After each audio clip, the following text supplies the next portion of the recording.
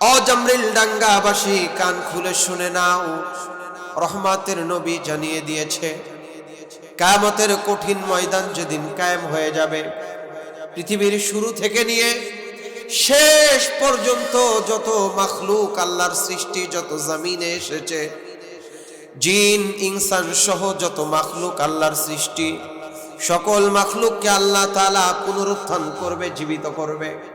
শুধুমাত্র কেবলমাত্র কঠিন হিসাব মানুষ এবং জিনদের নিবে। রহমতের নবী জানিয়েছেন ওই দিন প্রত্যেকটি মানুষকে নিজের কৃত কাজের জন্য মহান রবের কাঠগড়ায় দাঁড় করাবে। প্রত্যেকটি মানুষকে তার নিজের যে আমল নিজে দুনিয়াতে করে গিয়েছে, দুনিয়াতে কোন পথে চলেছে, হালাল পথে চলেছে না হারাম পথে চলেছে, সৎ কাজ করেছে নাকি অপরাধমূলক কাজ করেছে, জুলুম করে নিজেদের জীবন ভরে ফেলেছে নাকি মানবতার কল্যাণে নিজের জীবন উৎসর্গ করে দিয়েছে, এই প্রশ্নের সম্মুখীন আল্লাহ রাব্বুল আলামিন করে দিবেন। ওই দিন রহমতের নবী জানিয়েছেন মানুষগুলো এত পাগল পারা হয়ে যাবে। প্রিয় জামরিল ডাঙ্গার যুবকেরা শুনে নাও, আমার প্রিয় সম্মানিতা কলিজার টুকরা মা শুনে নেন, আমি আপনাদেরই সন্তান। আল্লাহ রাব্বুল আলামিনের হাবিব জানিয়েছেন ও পৃথিবীর মানুষ, ওই দিন 1000 মানুষ গণনা করা হবে গো, 1000 মানুষ ওই দিন গণনা করা হবে। মাত্র একজনকে ওই দিন আল্লাহর জান্নাতে দিবে, বাকি 999 জনকে ঘাড় ধাক্কা দিয়ে দিয়ে জাহান্নামের আগুনে দিবে। আল্লাহু আকবার। শুধু তাই নয়, রহমতের নবী জানিয়ে দিয়েছেন ও পৃথিবীর মানুষ কান খুলে শুনে নাও গো, শুধুমাত্র 1000 মানুষের 999কে জাহান্নামে দিয়ে ঠিক করবে না, শেষ করবে না। ওর পরে 73টি কাতার আল্লাহ তাআলা দাঁড়িয়ে দিবে, 73টা শ্রেণী করবে। এক শ্রেণীর মানুষ, এক কাতারের মানুষ, এক দল মানুষ শুধুমাত্র আল্লাহর জান্নাতে যাবে। বাকি যে 72টি কাতার থাকবে, 72টি দল থাকবে, 72টি সংগঠন থাকবে, 72টি ইউনিট থাকবে, বাকি 72 ইউনিট আল্লাহর জাহান্নামের দিকে চলে যাবে। জাহান্নামের বর্ণনা এসেছে, আল্লাহর নবী বিশ্ব নবী জানিয়েছে নারুল্লাহ, আল্লাহ জানিয়ে দিয়েছে ও পৃথিবীর মানুষেরা শুনে নাও, জাহান্নামটা হচ্ছে আল্লাহর প্রজ্বলিত আগুন, এটা দুনিয়ার কোনো আগুন নয়।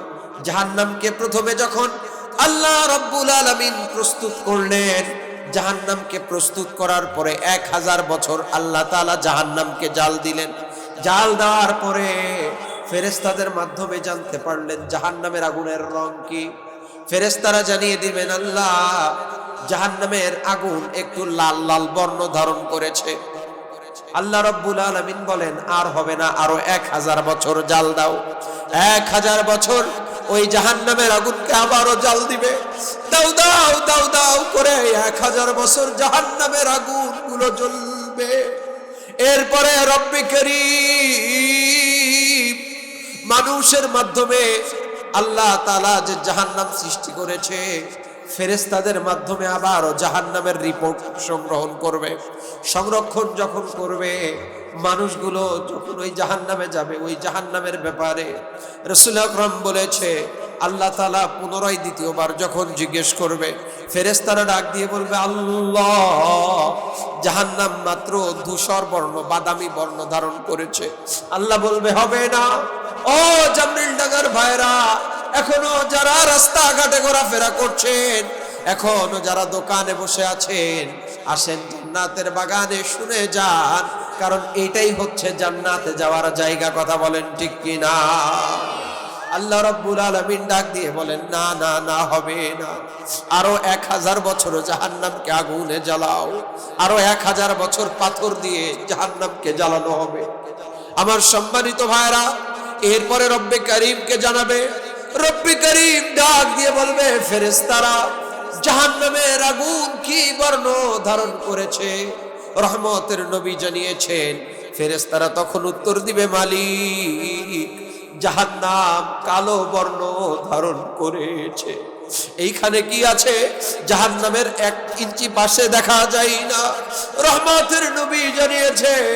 ওই জাহান্নাম আল্লাহ রাব্বুল আলামিন কিয়ামতের কঠিন ময়দানে মানবতার কল্যাণে যারা কাজ করে নাই তাদের জন্য জাহান্নামকে প্রস্তুত করে রাখবে।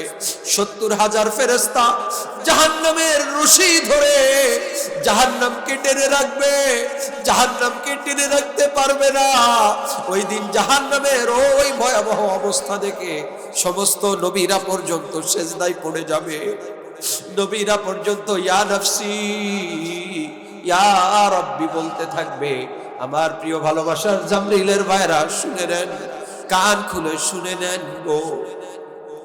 ওই দিন আল্লাহ রাব্বুল আলামিন শুধু জাহান্নামের ভয়ে ফেরেশতারা নবীরা নয়, প্রত্যেকটি সৃষ্টি কাঁপতে থাকবে। আল্লাহর সৃষ্টি ফেরেশতারাও পর্যন্ত জাহান্নামের ভয়ে কাঁপতে থাকবে।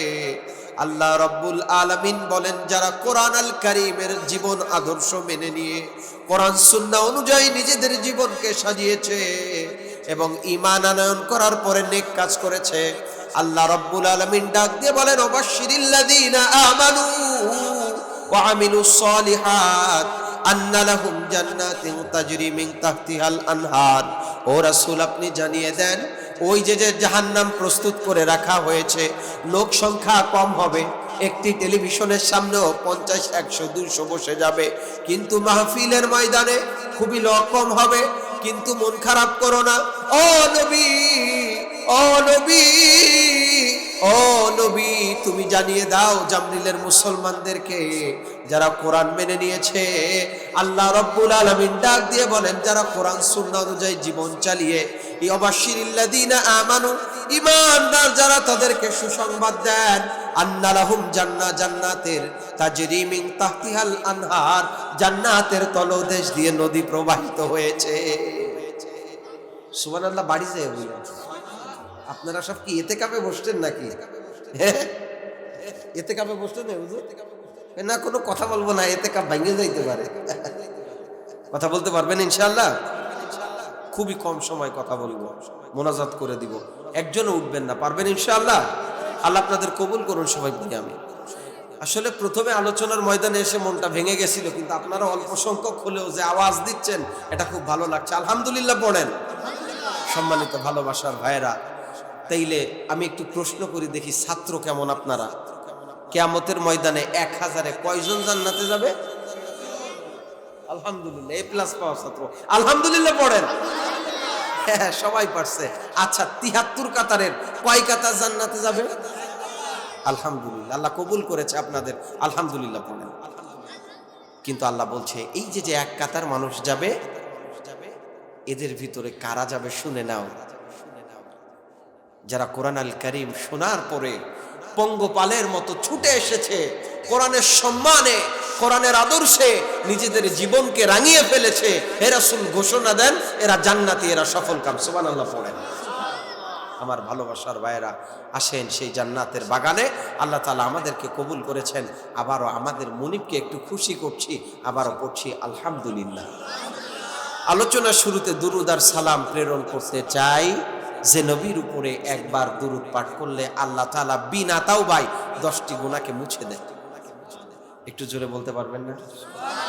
যে নবীর উপরে একবার ইচ্ছাই হোক, অনিচ্ছাই হোক, প্রকাশ্যে হোক, গোপনে হোক, আলোতে হোক, আধারে হোক, স্বপ্নে হোক, ঘুমের ঘরে হোক, কেউ বলাইলে হোক বা কোনো জায়গায় বলতেছে সে শুনে হোক, একবার যদি কোনো মতে দুরূদটা পড়তে পারে, রহমতের নবী জানিয়েছে আসমান থেকে রহমতের বারিধারা ওয়ানাজালাত আলাইহিমুস সাকিনা ওয়া গাশিয়াতুহুর রাহমা। চিৎকার দিয়ে পড়ুন আল্লাহু আকবার।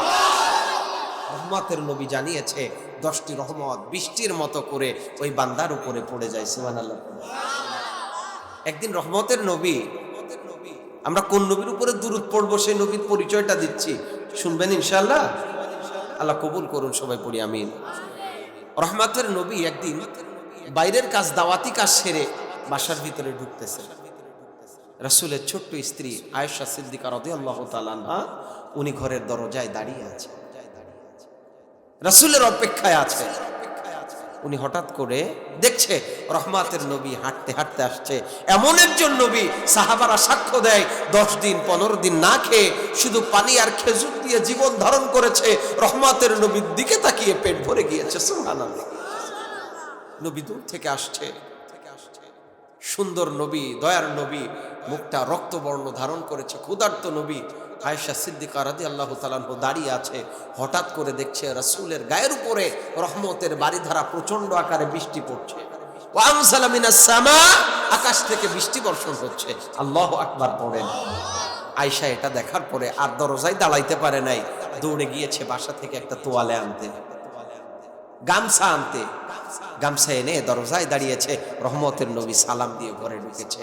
আয়েশা সিদ্দিকা রাসূলের গায়ে যখন গামছা দিয়ে মুছাবে, রাসূল তাকায় আর হাসে যে করে কি। আয়েশা রাদিয়াল্লাহু তাআলা মুছাইতে যে দেখে যে জামাও শুকনা, শরীরও শুকনা, বৃষ্টি পড়লো কই?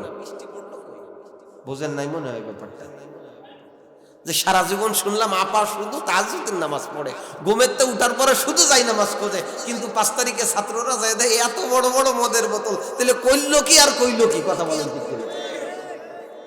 যে সারা জীবন স্বামী মুসলমান সাহেব প্রত্যেক দিনে 80 রাকাত তাহাজ্জুদ পড়ে, কয় কি রাত্রে তাহাজ্জুদ পড়ে, হালাই দিনে পড়ে তাহাজ্জুদ।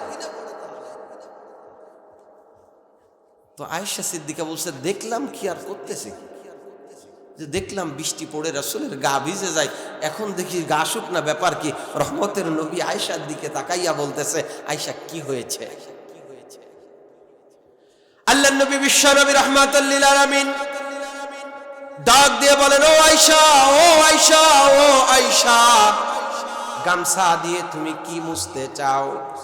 আয়েশা ডাক দিয়ে বলেন, ও গো নবীজি, আমি আপনার শরীরে তো দেখেছি রহমতের বৃষ্টি পড়ছে, আল্লাহর জমিনে আল্লাহ সুবহানাহু ওয়া তাআলা আসমান থেকে যে বৃষ্টির বারিধারা নাজিল করছে, আমি দেখেছি গগন থেকে বৃষ্টিগুলো আপনার শরীরের উপরে পড়ছে।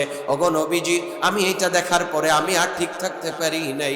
আমি জানি আপনি নবী, ছোট্টবেলা আপনি আপনার আম্মা জানকে হারিয়ে ফেলেছেন। ওগো নবীজি, আমি জানি আপনার আব্বা জন্মের আগে দুনিয়া থেকে চলে গিয়েছে। ওগো নবীজি, প্রত্যেকটা মানুষ বিকালবেলা খেলা করতে গিয়েছে ময়দানের ভিতরে, বাচ্চারা তার বাবার কোলে উঠে সন্ধ্যার সময় বাসায় ফিরে এসেছে, কিন্তু আপনি জীবনে আব্বাকে পান নাই।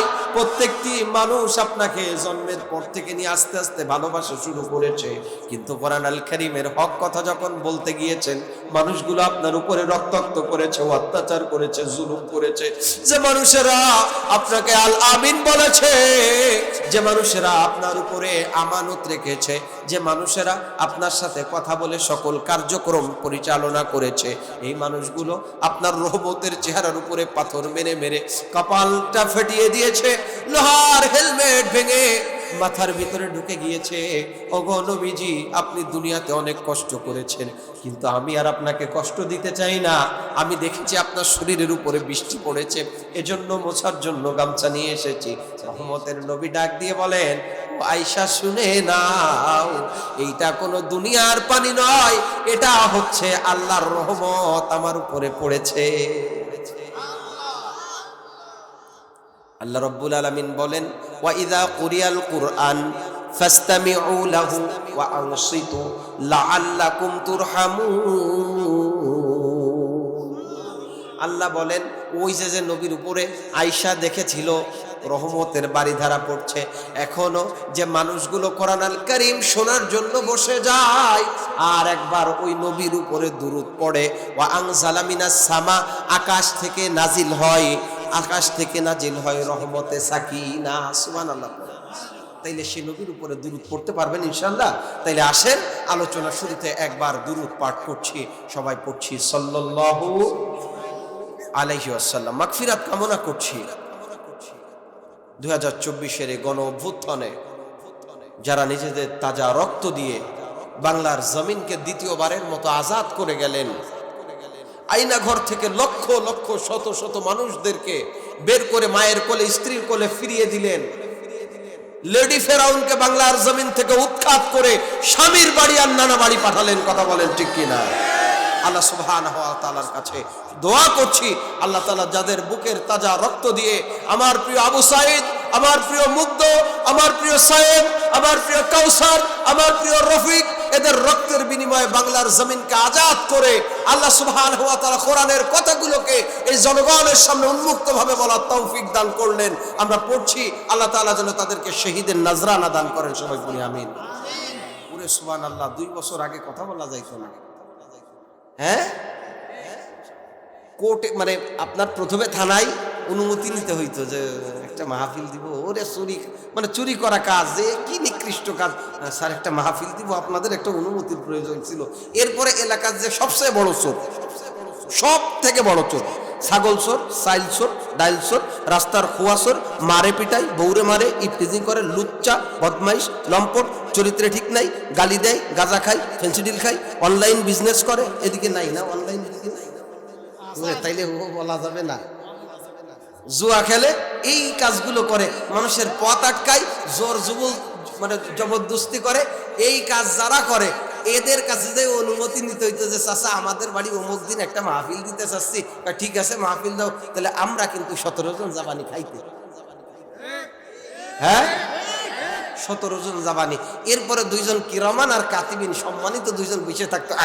হুজুর ওইরাম কইলে কিন্তু মাহফিলেতে যাওয়ার পরে হাদিয়া তো দিব না, এরপরে কিন্তু পড়বে। বলতো কি বলতো না? শুধু বাংলার জমিন নয়, ইতিহাস সাক্ষ্য দেয় আফগানিস্তান দীর্ঘ দীর্ঘ দীর্ঘ যুগ ধরে অত্যাচারিত নির্যাতিত হয়েছে। সিরিয়ার মুসলমানরা অত্যাচারিত হয়েছে, নির্যাতিত হয়েছে, নিপীড়িত হয়েছে। আমার বোনদেরকে ধর্ষণ করা হয়েছে, যুগের পর যুগ কারাগারে বন্দী করা হয়েছে। আফগানিস্তান অত্যাচার করেছে, সিরিয়ায় অত্যাচার করেছে, মায়ানমারে অত্যাচার করেছে, ভারতে অত্যাচার করেছে, কাশ্মীরে অত্যাচার করেছে, চেচনিয়া অত্যাচার করেছে, বসনিয়া অত্যাচার করেছে, বাংলাদেশে অত্যাচার করেছে। কিন্তু আল্লাহ বলছে আমি আল্লাহ তাআলা জালিমদেরকে অবকাশ দিই কিন্তু ছেড়ে দিই না। আমি আল্লাহ ইসলামের বিজয় দান করি। কথা বলেন ঠিক কিনা? কারণ ইসলাম তো এমন একটি বাতি, this is the book about which there is no doubt, a guidance for those conscious of মুত্তাকিন। চিৎকার দিয়ে পড়ুন আল্লাহু আকবার। এটা দুনিয়ার কোনো ঠুনকো কিতাব নয়। বর্তমান পৃথিবীতে আমার ছোট্ট মেধা, আমি ইন্ডিয়াতে যে প্রোগ্রামগুলোতে যাই, এরপর এবছর মালয়েশিয়ায় যাওয়ার একটা প্রসেস চলতেছে। তো আমি আমার ছোট্ট মেধায় যতটুকু গবেষণা করে পেয়েছি, 4500-এর উপরে ধর্ম আছে এই পৃথিবীতে। কয় হাজার? আরেকটু আসতে বলেন। এই কাদের নিয়ে ওয়াজ করতেছে বুঝলাম না। মুনাজাত করে দাও আল্লাহুম্মা। হ্যাঁ, লোক কম, হাদিয়া কম, এরপরে যদি কথা না কন, কিছু করবেন না, এটা কি মাইনে নেওয়া যায়? একটু জোরে না, একটু তাকবীর দেন তো। নারায়ে তাকবীর, নারায়ে তাকবীর। এই তো ভোল্টেজ আছে, তাহলে তো আলোচনা সারা রাত চলবে। পারবেন ইনশাআল্লাহ? কে কে সারা রাত থাকবেন হাত উঁচু করেন। এই তো আলহামদুলিল্লাহ, বসেন। আমি কিন্তু আগেই চলে যাবো। ভালোবাসার ভাইয়েরা, তাহলে শুনে নেন, পৃথিবীতে কত হাজার ধর্ম আছে? 4500-এর উপরে। উত্তর হয় নাই, ফেল। আবার বলেন কত হাজার? 4500-এর উপরে। প্রত্যেকে দেখবেন যে চোর সেও কিন্তু বড় কথা কয়, যে অনলাইন বিজনেস করে সেও নিজের হাজি সাজে। আছে না নাই? ওরে আল্লাহ, আমার মতো নাজি নাই। মাহফিলে হুজুর 10,000 টাকা দিছি। আপনাদের এদিকে নাই, আমাদের ওই দিকের কথা বলতেছি। ওই মিয়া, এদিকে কয়ে মরবো, যাওয়ার সময় হাদিয়া দেবে না, এটা কোনো কথা? দূর, এটা বাদ, এটা বাদ। তাহলে শুনে নেন, তাহলে যারা অমুসলিম তারাও নিজেদেরকে দাবি করছে যে আমরা সত্য। আল্লাহর কোরআন বলছে ঠিক আছে, প্রত্যেক ধর্মের মানুষদেরকে সম্মান করো। আলহামদুলিল্লাহ পড়েন। বাংলার জমিন এমন একটা ভূখণ্ড হবে যে ভূখণ্ডে মুসলমানরা যেমন উন্মুক্তভাবে ঈদের নামাজ আদায় করছে, মসজিদে নামাজ পড়ছে, জুম্মায় খতিব খুতবা দিচ্ছে, বাংলার জমিনে হিন্দু, মুসলিম, বৌদ্ধ, খ্রিস্টান, ইহুদি, মাজুসি, নাসারা, নাস্তিক নাস্তিক যেই থাকবে না কেন, সবাই কিন্তু উন্মুক্তভাবে তাদের ইবাদত, তাদের পূজা, তাদের সবকিছু কার্যক্রম করবে। কথা বলেন ঠিক কিনা? মুসলমানদের ঈদগাহে যেমন মানে পাহারা দেওয়া লাগে না, হিন্দুদের মূর্তি পূজায়ও পাহারা দেওয়া লাগবে না। কথা বলেন ঠিক কিনা? এটাই তো ইসলামের শিক্ষা। এবং প্রত্যেকটা ধর্ম বলে যে আমাদের ধর্মটাই ঠিক। হিন্দু ভাইদের গীতা আছে, আছে না নাই? খ্রিস্টানদের বাইবেল আছে, রামায়ণ আছে, জোহা আছে, অল্ড টেস্টামেন্ট আছে, নিউ টেস্টামেন্ট, প্রিটক, জেন্দাবেস্তা, কসবেল, ইউয়াসনা, জোহান, ঋগ্বেদ, আতুর্বেদ, শ্যামবেদ, যজুর্বেদ, অনুসংগীতা, ভৈজ্ঞজয়তান, ভৈজ্ঞনীতা, ক্যারিয়ার, ডুয়েস, দীঘানিকায়া, ইয়াপিস, তালমা, ডোরা, দশাতিস, এভাবে 4500-এর উপরে কিতাব আছে। কয় হাজার? কারণ প্রত্যেক ধর্মের একটা, মুসলমানের একটা, হিন্দুর একটা, বৌদ্ধের একটা, খ্রিস্টানের একটা, ইহুদির একটা, মাজুসির একটা, আস্তিকের একটা, নাস্তিকের একটা, এভাবে 4500-এর উপরে আছে। কিন্তু কেউ কখনো বুক ফুলিয়ে বলতে পারে নাই this is the book about which there is no doubt. এটা এমন একটি কিতাব যে কিতাবের ভিতরে কোনো সন্দেহের অবকাশ নাই, কিন্তু শুধুমাত্র একমাত্র আমার আল্লাহ আসমান থেকে ঘোষণা দিয়েছে যালিকাল কিতাবু লা রাইবা ফি, this is the book about which there is no doubt. এই বইয়ের ভিতরে কোনো সন্দেহ নাই, সুবহানাল্লাহ বলেন। কিন্তু আমরা এখন এই বই ছেড়ে দিয়ে আমরা তসবিহ হাতে নিয়ে শুধু সুবহানাল্লাহ, ইল্লাল্লাহ আর আল্লাহু আকবার জিকিরে ব্যস্ত। কই কোরআন পড়ি না হুজুর, কোরআন পড়ি না মানে? আমার চাচাতো ভাইয়ের, খালাতো ভাইয়ের, শালির মাইয়া যেদিন মরে যায় ওই দিন কিন্তু আমরা আমাকে বাড়ি খতম দিছি। শুক্রবারে বগলের মধ্যে কোরআন শরীফ নিয়ে আমরা যাই কোরআন খতম দিতে। 9টার দিকে যাইয়ে দাইকে উঠে, কাকি ওঠেন। তোরা কারা? কাকি সকাল হয়ে গেছে। সকাল হয়েছে? শুধু সকাল না, 9টা বাজে। কাকি দরজা খুলিছে, কাকি নাল ওই ঘুমাইছে, রাত্রে তো গুল খাইয়ে ঘুমাইছে, এই পর্যন্ত নাল গাই উঠছে।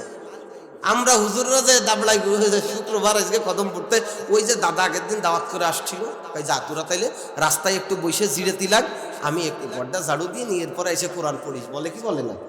মানে কোরআন আমরা কেমন মানে এটা বুঝাচ্ছি, এরপরে মূল আলোচনায় যাবানি, সমস্যা নাই তো ভাই। কোরআন মানি, কয় যে হুজুর কোরআন মানি না মানে আপনার কোনো কথা, শুধু তসবিহ পড়ি? আমরা কোরআনও পড়ি, তো কোরআন খতম দিই। এরপরে 9টার দিকে ওই হুজুররা যে 9:30 বাজে, এরপরে বিছনা সুন্দর করে দিয়ে কোরআন শরীফ দিছে। ছাত্রদের ভিতরে একজন কোরআন আনে নাই, বলে চাচি আপনাদের বাড়ি কি কোরআন শরীফ আছে? কি কইস, আমলিক করি মানে কি পয়সা গেছি নাকি? কোরআন শরীফ নেই মানে? বোঝেন নাই মনে হয় আমার কথা। কোরআন শরীফ নাই মানে? কোরআন শরীফ আছে, ওই দেখ সানসেটের ওই কোনায় কোরআন শরীফ। কাকি ও কি কোরআন শরীফ নাকি ডাস্টবিন আপনাকে? মানে অত ময়লা কেন? ও মনি কইস না 3 মাস আগে মায়ের বিয়ে হয়ে গেছে, এরপরে আর কেউ এই কোরআন শরীফে হাত দেয় না। তোরা এক কাজ কর, কোরআন শরীফটা নিয়ে মসজিদে দান করে দিস। বলে কি বলেন?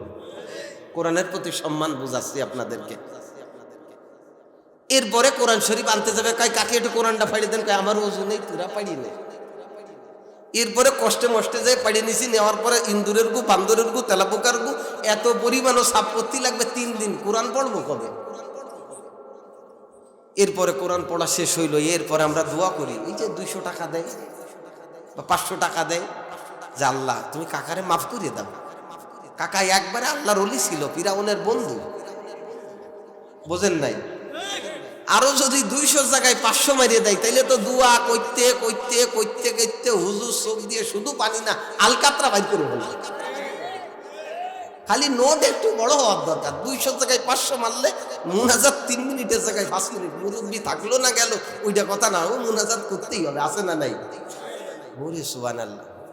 আমরা কোরআন মানছি, তারাবি পড়তেছি, কি সুন্দর কোরআন মানছি, অথচ যখন বলতেছি যে কোরআন দিয়ে রাজনীতি করা লাগবে, কোরআন দিয়ে ব্যবসা করা লাগবে, কোরআন দিয়ে স্ত্রীর সাথে ব্যবহার করা লাগবে, কোরআন দিয়ে ইমামের সাথে ব্যবহার করা লাগবে, কোরআন দিয়ে রাস্তাতে চলা লাগবে, কোরআন দিয়ে বিজনেস করা লাগবে, কোরআন দিয়ে মোটরসাইকেল টানা লাগবে, কোরআন দিয়ে জমি চাষ করা লাগবে, কোরআন দিয়ে হাল চাষ করা লাগবে, কোরআন দিয়ে ব্যবসা করা লাগবে, কোরআন দিয়ে চিকিৎসা করা লাগবে, কোরআন দিয়ে সমস্ত কথাবার্তা করা লাগবে, কোরআন দিয়ে বিয়ে করা লাগবে, কোরআন দিয়ে বাচ্চা প্রসব করা লাগবে, কোরআন দিয়ে সন্তান মানুষ করা লাগবে, কোরআন দিয়ে সন্তানকে বিবাহ করা লাগবে। ও সব আমি মানবো না। বলে কি বলে না? আমি ভাই ঝামেলায় যাবো না, কারণ ও কোরআন দিয়ে রাজনীতি, ওগুলোই শুধু মারামারি। এই যে আল্লামা সাইদি সাহেবের বেচারাটা মারিয়ে ফেলছে, ওগুলোই যাবো। বলে কি বলে না? আবার দাবি করে উনি আল্লাহর ওলি, উনি আল্লাহর ওলি, উনি আল্লাহর বলি। কথা বলেন ঠিক কিনা? আল্লাহ বলতেছে যে হু হ্যাভ বিলিভড, তোমরা যারা বিশ্বাস করেছো আল্লাহকে, ইনটা ইনটু ইসলাম, ঢুকে যাও, প্রবেশ করো কমপ্লিটলি অ্যান্ড পারফেক্টলি, পরিপূর্ণভাবে। Do not follow the foot step of devil, তুমি কখনো শয়তানের পদঙ্কন অনুসরণ করো না। ডিভিল ইজ ক্লিয়ার এনিমি, চিৎকার দিয়ে পড়ুন আল্লাহু আকবার। শয়তান তোমাদের প্রকাশ্য দুশমন, শয়তানের পদঙ্কন অনুসরণ করিও না। আমরা নামাজ পড়ি আল্লাহর, আল্লাহু আকবার, আলহামদুলিল্লাহি রাব্বিল আলামিন, আর রহমানির রহিম, মালিকি ইয়াউমিদ্দিন, ইয়াকা না'বুদু ওয়া ইয়াকা নাস্তাঈন, ইহদিনাস সিরাতাল মুস্তাকিম, সিরাতাল্লাযীনা আনআমতা আলাইহিম। কি সুন্দর দোয়া। আল্লাহ আপনি আমার প্রভু, আপনি সৃষ্টিকর্তা, সমস্ত প্রশংসা আপনার, আপনি কিয়ামতের দিনের মালিক, বিচার দিনের মালিক। আল্লাহ আপনি আমাদেরকে সরল সঠিক পথে চলান। মুনাজাত ওইদিকে করে আইছে, বাইরে আইছেন, একবারে দল যাদের সাথে দিচ্ছি সে সুইদে ব্যাংকের সবচেয়ে বড় ক্যাশিয়ার। কথা বলেন। এইটা আমরা যখন মেয়ে বিয়ে দিতে যাই, আমরা যদি দেখি যে ছেলেটা 5 ওয়াক্ত নামাজ পড়ে, ছোট্ট একটা দোকানদার, আমাকে ওদিকে হবে না নে, ও খালি খালি আমাকে এদিকে এসে জুতো ক্ষয় করে না, এদিকে হবে না নে, অন্যদিকে চেষ্টা করা। আমাকে একটু টার্গেট যে এই যে একটু ব্যাংকের ম্যানেজার, এরপরে যাদের একটু মোটা অঙ্কে টাকা পয়সা আছে, ওই যে ঘুড়ি আছে, অর্থাৎ সুদে ব্যাংকের ক্যাশিয়ার বা ঘুষ খায়, স্প্রিট মানি খায়, তাদের সাথে মায়েরা বিয়ে দিবানে। কথা বল। হ্যাঁ, এইগুলো দেখে মায়া দেয়। কিন্তু ওই যে আমার জামাই অনলাইনে বিজনেস করে, 7,000-এর মাল 3,000 টাকাই বেচে, ওর সাথে মায়া বিয়ে দিবা নেই। 2 দিন পরে দেখা যায় যে জামাইরে ধরে নিয়ে গেছে পুলিশে, মেয়ে ওই অল্প বয়সে বিধবা। আছে না নাই? আছে না নাই? যারা এই এলাকায় অনলাইন বিজনেস করে তাদের বুস্ট করে যাচ্ছি। কি করে যাচ্ছি? বুস্ট করে যাচ্ছি, প্রচার করে যাচ্ছি। শুনে নেন, আমরা শুধু ওয়াজে সারা জীবন শুনছি ওই যে কোরআন যদি সব জায়গায় মানা যায়, আমরা শুধু ওয়াজে শুনছি যে শুকরের গোশত খাওয়া হারাম। কি শুনছি? জোরে বলেন, রাগ করতেছেন আপনারা? শুকরের গোশত খাওয়া হারাম। আমরা ফতোয়া দিই, ওরে আল্লাহ, ওই যে শুকর গেছে ওই নাম নিলে 40 দিন ওই থাকে না। ওরে ইমানদার, একবারে শেখ হাসিনার বান্ধবী। এ কি ইমানদার গো, শুকরের নাম নিলে 40 দিন ইবাদত নষ্ট। শুধু এই ফতোয়া দিই, অথচ যারা অনলাইন বিজনেস করে, অনলাইন বিজনেস হারাম না, কিন্তু ধোকা দিয়ে মানুষকে বোকা বানিয়ে রক্ত ঘমানো পরিশ্রম করা অর্থ নিয়ে দরিদ্র পরিবারের মানুষের টাকাগুলো নিয়ে রক্ত চুষে চুষে গরুর গোশ কিনে খায়, টাইলসের বাড়ি বানায়, এরপরে মোটর সাইকেল কিনে, এরপরে দামি বিভিন্ন জিনিসপাতি নিয়ে দুনিয়ার জীবনটাকে সাজায়। ওই শুয়োরের গোশত খাওয়া যেমন হারাম, ওই টাকা দিয়ে গরুর গোশ কিনে খাওয়া তার থেকে হারাম। কথা বলেন ঠিক কি? মানুষ ঠগাইয়া টাকা, তোর গাড়ির তলে পড়ে মৃত্যু হবে। কথা বলেন ঠিক কিনা? মানুষের চোখের পানি জীবনে বিফলে যায় না। ইত্তাকিল্লাহ ওয়াত্তাকু দাওয়াতাল মাজলুম ফাইন্না লাইসা বাইনাহু ওয়া বাইনাল্লাহিল হিজাব। চিৎকার দিয়ে বলুন আল্লাহু আকবার। ফেরাউন অতিষ্ঠ করেছিল, ফেরাউন অতিষ্ঠ করেছিল, মানুষদেরকে অতিষ্ঠ করে করে করে করে এমন করে ফেলেছিল, নিজেকে আল্লাহ পর্যন্ত দাবি করে ফেলেছিল। কথা বলেন ঠিক কিনা?